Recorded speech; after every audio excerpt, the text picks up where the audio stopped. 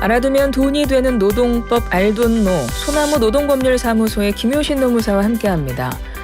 며칠 전 화성 배터리 공장에서 발생한 화재로 많은 인명피해가 발생했는데요. 올해 1월부터 5인 이상 사업장이라면 중대재해처벌법이 전면 적용이 됐습니다. 그런데 이렇게 많은 근로자가 사망한 경우에 법이 어떻게 적용될지 궁금하실 거예요. 알아보겠습니다. 김효신 노무사 화상으로 만나봅니다. 노무사님 안녕하세요. 네, 안녕하세요. 김효신입니다. 네, 잠시 후에 화성 배터리 공장 화재 사고 정말 너무나 안타깝게도 인명피해가 많이 나가지고 많은 분들이 네. 참 안타깝게 보셨을 거고 뭐 이런저런 생각들도 많으실 것 같은데 관련해서는 본격적으로 노무사님과 이야기 나눠보고요. 조금 전에 SAT 저희가 내드렸는데요. 노무사님이 오늘도 힌트를 내주시면 좋겠습니다. 네. 서울시가 광화문 광장에 100m짜리 초대형 계양대를 설치한다고 밝혔는데요. 뭐 다양한 의견들이 나오고 있는 것 같아요. 뭐 좀 강요하는 거 아니냐, 애국심을 강요하는 거 아니냐 이런 비판도 있지만 한편에서는 국가 위상이 높아질 거다 이런 기대도 있다고 하거든요. 이것은 네. 무엇일까요? 1번 손수건, 2번 세계지도, 3번 태극기, 4번 퇴지국밥 중에 정답이 있는데요. 노무사님 힌트 좀 주세요. 네, 이 동요를 모르시는 분 없을 것 같아요. 네. 바람에 펄럭입니다. 네, 네. 이 정도만 하겠습니다. 동요죠? 트로트 아니고.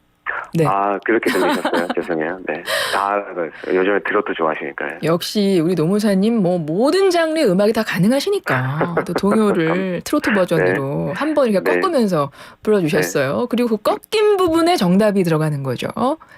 그렇죠. 네. 맞습니다. 네. 이것 1번 손수건, 2번 세계지도, 3번 태극기, 4번 퇴지국밥 중에 정답이 있습니다. 우물정 0945 50원의 정보 이용료 들어가는 유료 문자로 정답 보내시면 되겠습니다. 1828번님 슬라생이 전해주는 교양 정보 너무 좋아요. 이렇게 문자를 주셨고요. 7034 이분도 정말 힌트를 주셨는데요. 국가대표 선수들 유니폼 가슴에도 붙어 있지요. 그러네요. 맞네요.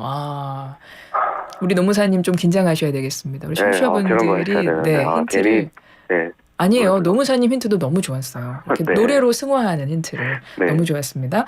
오늘도 정답자분들 많이 참여해 주실 것 같고요. 그러면 오늘 준비한 이야기를 좀 해보겠습니다. 네. 화재가 난 사업장이 중대재해처벌법 적용되는 곳으로 알고 있거든요. 관련해서 지금 뭐 어떤 기사들 나오고 있나요? 네, 맞습니다. 원래 1월부터 5인 이상 사업장에서는 이제 중대재해처벌법이 그대로 다 전면 적용됐는데요. 이 사업장의 상시 근로자 수가 48명 정도로 파악했다는 보도가 있어요. 그래서 당연히 대상 사업장에 해당되고요. 지금 노동부에서도 화재 현장에 중앙산업재해수습본부를 꾸려서 산업안전보건법을 위반했는지 그다음에 중대재해법 위반 여부를 조사한다고 해요. 그다음에 또 보도되고 있는 게 이제 외국인 근로자분들이 거의 한 18명 정도 돌아가셨잖아요. 그래서 근데 대부분이 이분들이 이 회사들이 고용 허가라는 걸 받지 않았다. 그래서 뭐 일부분 다는 아니지만 일부분은 우리가 고용 허가를 받은 적법한 신분이 아니었다라고 하는 보도들이 있습니다. 이거는 역시 공장이 내국인들이 일하기에는 조금 열악한 환경. 그래서 어쩔 수 없이 그에 대한 인력을 외국인으로부터 채우게 돼서 그 위험에 노출된 게 아닌가 그렇게 한번 생각해 봅니다. 예. 중대재해처벌법 그리고 산업안전보건법 위반 혐의로 공장 관계자들도 입건이 된 것 같아요. 네, 맞습니다. 일단은 대표를 경찰이 중대재해처벌법 위반 혐의로 입건했다고 해요. 그다음에 하루 만에 또 중대재해법 위반 혐의로 입건된 회사 관계자가 2명이나 더 늘었다고 하거든요. 이럴 때는 뭐 중대재해법 역시 알고 계시지만 근로자가 1명 이상 사망한 경우에는 사고 예방 의무를 소홀히 했다고 판단하면 사업자나 경영자 책임자를 1년 이상 징역 또는 10억 원 이하 벌금형에 처하게 돼 있거든요. 그렇죠. 네. 그래서 지금 이 업체 대표가 중대재해처벌법 위반 혐의로 입건이 됐잖아요. 네, 네. 근데 그 하청업체 중대재해법 위반으로 입건된 상황이라고 하더라고요. 이거는 네. 어떻게 봐야 될까요? 하청업체인데. 이게 사실 이제 아리셀과 메이셀의 관계가 어떻게 되는지에 따라서 지금 언론이 보도되고 있는데, 그 아리셀이 이제 이 화재가 난 사업장이고요. 이 메이셀이라는 아리셀의 인력을 파견한 업체라고 해요. 그런데 그 주소지가, 메이셀이라는 인력 파견한 주소지가 그 화재가 난 공장 2동 3층에 위치했다고 해요. 같은 그 사업장에 위치하고 있었다고 하는 거예요. 네네. 그래서 이게 아리셀과 메이셀이 결국에는 우리 파견 허가를 하는 그런 파견법을 적용받는 관계가 아니고 하도급, 그러니까 그 하도급 계약 관계에 있을 수 있다는 걸 유추할 수 있거든요. 그래서 지금 이제 그 인력을 파견했다고 얘기해서 파견법 위반이냐 아니면 하도급에서 우리가 얘기하는 불법 하도급인가의 문제가 이제 달려 있어서, 그럼 직접 사업주, 그 처벌을 받아야 되는 직접 사업주가 누구인지를 확정하는 단계가 조금 남아 있어요. 네. 그것도 조금 더 지켜봐야 될 것 같네요. 만약에 네. 파견업체, 단순한 파견업체다라고 하면 중대재해처벌법 그 입건 대상이 안 되는 건가요? 이제 파견법을 위반한 거는 사실 이제 이 파견 허가 없이, 무허가 파견 없이 파견한 파견 사업주와 그걸 사용한 사업주는 이제 파견법에 따라서 처벌을 받는 거고요. 대신에 이 중대재해처벌법에 대해서 이 강력한 처벌을 누가 받는지에 따라서 이제 그게 처벌 수위가 달라지는 거거든요. 처벌 대상도 달라질 것이고요. 그렇군요. 네, 그게 좀 중요합니다. 그러네요. 이 부분도 그래서 중요한 부분이군요. 네. 그런데 이번 사고로 인한 희생자가 23명이에요. 너무 많이 나왔고 2022년 중대재해처벌법 시행 이후에 최대 규모 피해라고 하거든요. 그러다 보니까 이 처리 과정에 지금 더욱더 많은 분들이 관심 갖고 지켜보는 것 같은데요. 네. 우리는 중대재해처벌법이 굉장히 처벌이 강하다. 이렇게만 알고는 있어요. 그런데 법적으로 실제 뭐 어떻게 되는지 자세히는 잘 몰라서 그 부분 좀 정리해 주세요. 사실 이제 이 중대재해라는 게 어떤 건지 이제 먼저 말씀드리겠는데요. 이 중대재해는 중대산업재해와 중대시민재해로 나뉘어요. 그래서 항상 우리가 어떤 그 일터에서 사고가 난 거는 이제 중대산업재해라고 보거든요. 중대산업재해에 해당되는 거고, 중대시민재해는 어떤 시설물이나 이런 거에 하자로 인해서 발생한 거여서, 이 중대산업재해는 사망자가 1명 이상 발생하거나 동일 사고로 6개월 이상 치료가 필요한 부상자가 2명 이상 발생하거나 뭐 동일한 유해 요인의 직업성 질병자가 1년 이내 3명 이상 발생하는 경우 중에 해당하는 경우를 말하게 됩니다. 예.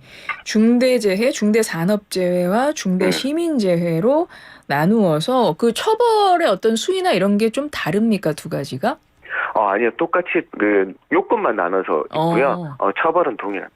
그렇군요.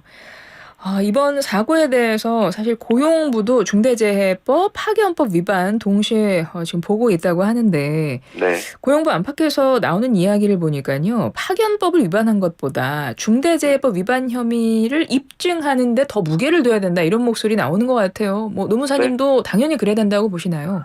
네, 당연하죠. 파견법, 무허가 파견업체면 파견법 허가 받았는데 이 파견할 수 없는 이런 직접 제조 공장에 있어서는 원칙적으로 파견이 금지돼 있거든요. 그런데 제조업장에는 파견을 못 하는군요. 제조업장은 애시당초 파견을 하면 안 돼요. 그러니까 파견법, 이 메이셀이라는 업체가 파견 허가를 받았다고 하더라도 파견하지 말아야 할 곳에 파견했기 때문에 이것도 파견법 위반이에요. 그러니까 지금은 이 중대산업재해 처벌을 위해서 과연 여기에 사업장들이 이 안전보건 확보 의무를 정말 다 했는지 이제 그걸 살펴봐야 되는 거거든요.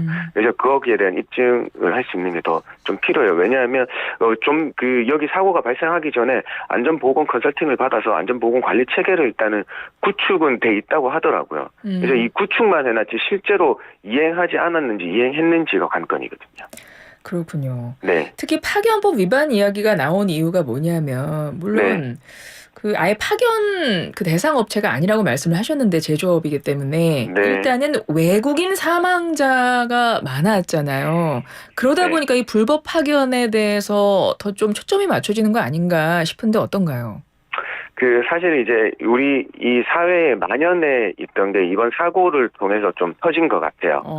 왜냐하면 우리는 역시나 파견업을 허가를 받은 사업장도 일단 이 제조업 같은 여기 단순 노무 직종에는 파견하지 말라고 정해놨음에도 불구하고 그 예외 사원이 일시적 간헐적인 경우에 어떤 그 사유로 대체할 경우는 3개월까지 허용해주고 있거든요. 아, 파견이 안 네. 되는 업체인데 원래는 네. 어떤 네, 사유가 파견에 발생하면 네. 3개월 그러니까 정도는 가능할 수도 맞습니다. 있다. 예, 그러니까 완전하게 제조업 안 된다. 그런데 일시적 간헐적 사유가 생겼을 때 3개월까지는 허용해주겠다라는 건데 이게 문제예요. 3개월 단위로 계속 바꾸는 거예요, 사람. 아, 예. 그러니까 이게 일이 그냥 만연해 익숙치 있어요. 않을 수도 있고, 네. 그리고 그 업체, 그 업장의 위치나 이런 거, 이번에도 이제 기사가 나오는 걸 보니까 네. 이분들이 이제 일용직도 많고 하다 보니 실제 그 지리 안에서의 어떤 자기가 지금 어느 위치에 있어서 어디로 나가야 될지를 잘 모르는 상태여서 대피가 더 어려워진 거 아니냐 이런 말도 나오긴 하더라고요. 그래서 좀 그 부분도 문제가 되겠네요. 방점이 지키는 게 이 파견업을 하려면은 제대로 된 교육과 제대로 된 안전 의무 교육을 시킬 수 있는 분 시켜서 가야 되는데 이 외국인 근로자들 한국어도 서툰 외국인 근로자들을 파견해놓고 이 원청 사업주는 그냥 일만 시킨 것 아닌가 하는. 왜냐하면 한국어가 제대로 되지 않는데 그러면은 네. 안전보건 교육 의무이 만약에 했다고 하더라도 실제로 되었을 수가 없잖아요. 아, 그렇군요. 이제 그거를 말하고 자고 하는데 아직까지 이제 수습하셔야 되고 이제 그거는 이제 조사를 해야지 더 확실하게 말씀드릴 수 있는 부분인 것 같아요. 아, 그 부분이 중요하군요. 네, 제대로 업무에 대한 또 안전에 대한 교육이 이루어졌는가 그 네. 부분이 중요하군요. 예. 그래서 파견법 위반에 대한 이야기도 굉장히 좀 관심 갖고 그 부분 처리에 대해서도 보고 계시는 거고요. 네. 이번에 그 중대재해처벌법 재해가 발생하기만 하면 처벌하는 건 아니고 일단 인명 피해라던가 뭐 피해가 네. 커져야 일단 처벌로 가는 건가요? 그렇지는 않고요. 일단은 그 사업장의 안전보건관리 체계 구축을 하는 등 안전 및 보건 의무 확보 의무를 철저하게 이행을 부과한 법률이거든요. 이건. 예. 그래서 여기에 대해서 정말 안전보건 확보 의무를 다 했는데 누가 봐도 정말 철저하게 다 했는데 발생한 사고까지 처벌하면 안 되는 거거든요. 그러니까 여기에서 관건은 정말 우리가 누가 보더라도 사회통념상 안전보건 확보 의무를 철저하게 이행했는가를 판단해 봐야 되는 거예요. 이 법에 또 중요한 이 법의 네. 방점이 찍힌 건 무조건 사망자가 1명 이상 발생하고 6개월 이내에 부상자가 3명 이상 발생했다고 무조건 처벌하는 법은 아니거든요. 안전보건 의무를 네. 다 했는가 하지 않았는가 그 맞습니다. 부분을 본다는 거군요. 네, 그러니까 사전에 예방하자. 그러니까 사전에 예방하자는 게 산업안전보건법이었고 그게 사전에 예방하자고 그렇게 얘기했는데도 안 되니까 일단 그거 안 되면 처벌을 더 확실하게 하겠습니다라고 생긴 거거든요. 그래서 그 안전보건 의무에 또 초점을 두고 또 보는 부분이 이번 사고에서는 그 비상구에 대한 부분인 것 같아요. 그러니까 비상구가 있었는데 그게 어떤 가벽에 가려져 있어서 좀 노동자들이 좀 못 본 거 아니냐, 근로 대피 못한 거 아니냐 해서 사업주가 과연 안전조치 뭐 그런 것들 평소에 맞습니다. 관리 잘했느냐 지금 이 부분도 굉장히 중요하게 보고 있는 거죠. 네, 맞습니다. 이 교육을 사실 이제 우리는 만약에 화재가 났을 때 어느 경로로 어느 동선을 통해서 비상구로 나가면 된다는 교육이 있었으면 뭔가 적재물을 쌓여서도 불이 난 이상 그걸 바로 치우고 나가면 된다는 입장이지만 또 비상구 앞에는 그런 적재물이나 화분이나 이런 거 절대 두면 안 되거든요. 그렇군요. 네. 그러니까 항상 비상구가 있다면 늘 그 사용할 근로 바로 비상시에 나갈 수 있도록 해야 된다는 이야기네요. 평시에. 맞습니다. 우리가 영화관에 가보시면 항상 영화 보기 전에 우리의 동선과 비상구가 어디 있는지를 확실히 확인할 수 있게 계속 안내를 해주잖아요. 맞습니다. 네, 그게 교육이 돼 있었어야 돼요. 아, 이 사업장에서. 네. 예. 근데 그 부분을 만약에 사업주가 평소 그 의무를 안전조치 의무를 소홀히 했다는 것이 입증이 되면 법적 책임 물을 수 있다는 거네요. 맞습니다. 네. 법에 따라서. 네. 그렇습니다. 그런데 이 이제 소규모 사업장에 대한 안전보건 관리 체계 평소에 좀 잘 그럼 구축될 수 있도록 해야 되는데 그 부분이 현실적으로는 좀 쉽지 않아서 그게 좀 걱정이긴 합니다. 네, 맞습니다. 우리가 그동안 미뤄왔던 그 안전보건 관리 체계를 해야 된다고 이제 하면서도 어떻게 잘 할지 없고 소규모 사업장에서 우왕좌왕하고 정부에서는 어쨌든 컨설팅을 신청하면 그 안전보건 관리 체계 구축해주겠다라고까지 이제 안내가 나가서 진행되고 있는 상황이었거든요. 네. 그래서 여기는 이제 대규모 한 48명 정도 사업장. 그다음에 또 사실 일용 근로자들 파견업까지 받아 쓰신 분 했으면 얼마나 될지 좀 더 규모가 커질 수도 있거든요. 근데 이렇게 공장을 운영하시는데도 컨설팅은 받았다고 하지만 실질적으로 이행됐는지에 대해서는 물음표가 달리는 이제 그런 상황입니다. 그렇습니다. 네. 끝으로 짧게 이것도 짚어보겠습니다. 이번에 이제 목숨을 잃은 고인분들의 그 유가족들에 대한 보상은 뭐 어떻게 진행이 될까요? 우선은 이분들의 신분이 뭐 여기서 적법하게 일할 수 있냐 없냐의 신분을 떠나서 이 근로자로서 일했다고만 하면 우리는 일단은 산재보험보상보험법에서 이 유족들에 대해서 유족연금이 지급될 거예요. 이 유족연금은 평균임금의 최대 130일치고요. 그다음에 장의비를 받을 수 있는데요. 이 장의비는 실제 장의를 치른 사람한테 지급되는 거라서 유족연금과 장제비 받을 수 있다. 그다음에 또 회사가 이제 별도의 그 회사가 사보험을 들어놨다고 해요. 그 사보험에서 들어놓은 거에서 보상받을 수 있는 그 요건들이 갖춰지면 또 거기서도 보상받을 수 있다. 이렇게 정리되겠습니다. 알겠습니다. 8448번님. 아리셀 화재 사고로 해외 노동자와 우리 국민이 소중한 목숨을 잃었습니다. 안타깝습니다. 더욱 안전한 대한민국이 되었으면 좋겠습니다. 맞습니다. 정말 그래야 되겠죠. 노무사님 오늘 정답 발표와 함께 이번 시간 이제 마무리하겠습니다. 오늘 정답은 뭐죠? 네, 태극기가 바람에 펄럭입니다. 맞습니다. 정답은 태극기였습니다. 8367. 매번 1%씩 부족한 것 같은데 노무사님 힌트가 기다려지는 건 왜죠? 중독성 있는 거죠. 힌트 너무 기다려지고요. 노무사님 1%를 메우기 위한 노력 앞으로 좀 부탁드리겠습니다. 알겠습니다. 예. 4760 힌트 내는 김효신과 노무사 그 노무법 얘기해주는 김효신이 같은 사람 맞는지 궁금합니다. 같은 사람 맞죠? 네, 목소리가 같습니다. 네. 화면도 늘 보시면 동일 인물입니다. 이분이 워낙 다방면의 매력이 있으셔가지고요. 카멜레온 같은 분.